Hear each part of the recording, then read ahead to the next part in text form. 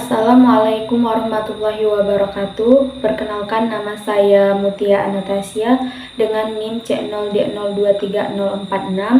Baiklah, di sini saya akan menjelaskan materi tentang mengisi SPT online pribadi dan badan.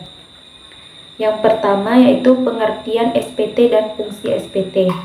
Surat pemberitahuan atau SPT adalah surat yang oleh wajib pajak digunakan untuk melaporkan penghitungan atau pembayaran pajak, objek pajak atau bukan objek pajak, dan atau harta dan kewajiban sesuai dengan ketentuan peraturan perundang-undangan perpajakan.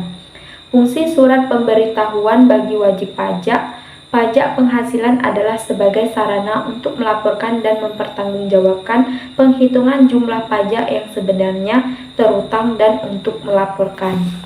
Selanjutnya, prosedur penyelesaian SPT. Wajib pajak sebagaimana mengambil sendiri surat pemberitahuan di tempat yang ditetapkan oleh Direktur Jenderal Pajak. Setiap wajib pajak wajib mengisi surat pemberitahuan dengan benar, lengkap, dan jelas dalam bahasa Indonesia. Wajib pajak yang telah mendapat izin Menteri Keuangan untuk menyelenggara pembukuan dengan menggunakan bahasa asing dan mata uang selain rupiah, wajib menyampaikan surat pemberitahuan dalam bahasa Indonesia dengan menggunakan satuan mata uang selain rupiah yang diizinkan. Penandatanganan SPT dapat dilakukan secara biasa dengan tanda tangan stempel atau tanda tangan elektronik atau digital, yang semuanya mempunyai kekuatan hukum yang sama. Melampirkan bukti-bukti dalam hal suami dan istri melakukan perjanjian pemisahan harta dan penghasilan secara tertulis, atau istri memilih untuk menjalankan hak dan kewajiban perpajakannya sendiri. Penghasilan dan kerugiannya dilaporkan dalam surat pemberitahuan tahunan masing-masing pihak. Suami dan istri wajib membuat dan melampirkan penghitungan pajak penghasilan yang terutang berdasarkan penggabungan penghasilan neto suami dan istri. Baiklah, selanjutnya cara lapor SPT secara online. Yang pertama, pastikan telah memiliki e-PIN atau nomor identitas digital. Yang kedua, masuk ke situs djponline.pajak.go.id. Yang ketiga, masukkan NIK atau NPWP, kata sandi, dan kode keamanan.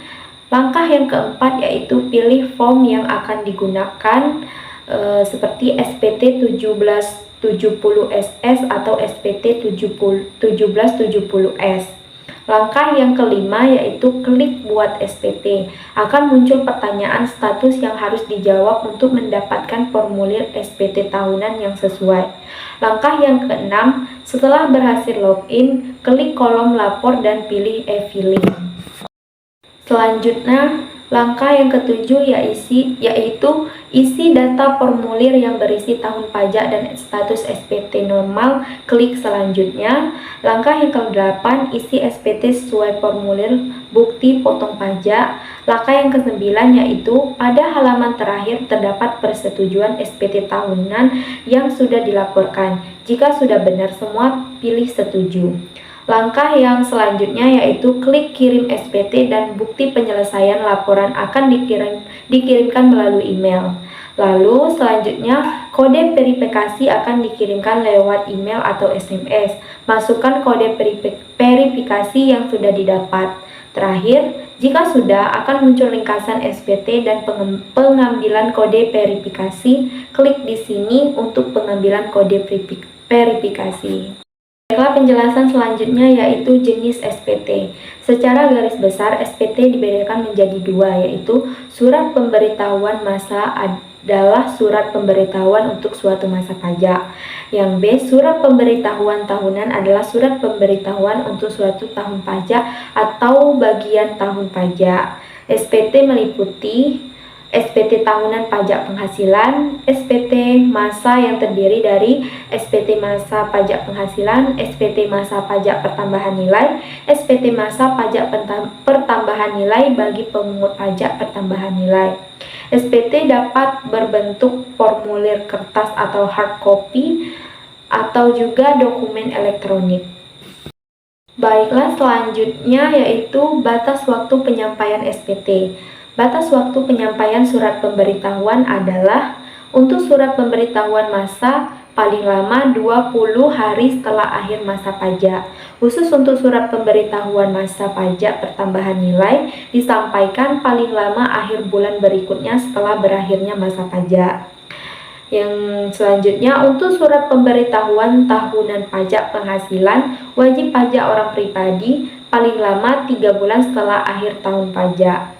Untuk surat pemberitahuan tahunan pajak penghasilan bagi wajib pajak badan paling lama 4 bulan setelah akhir tahun pajak.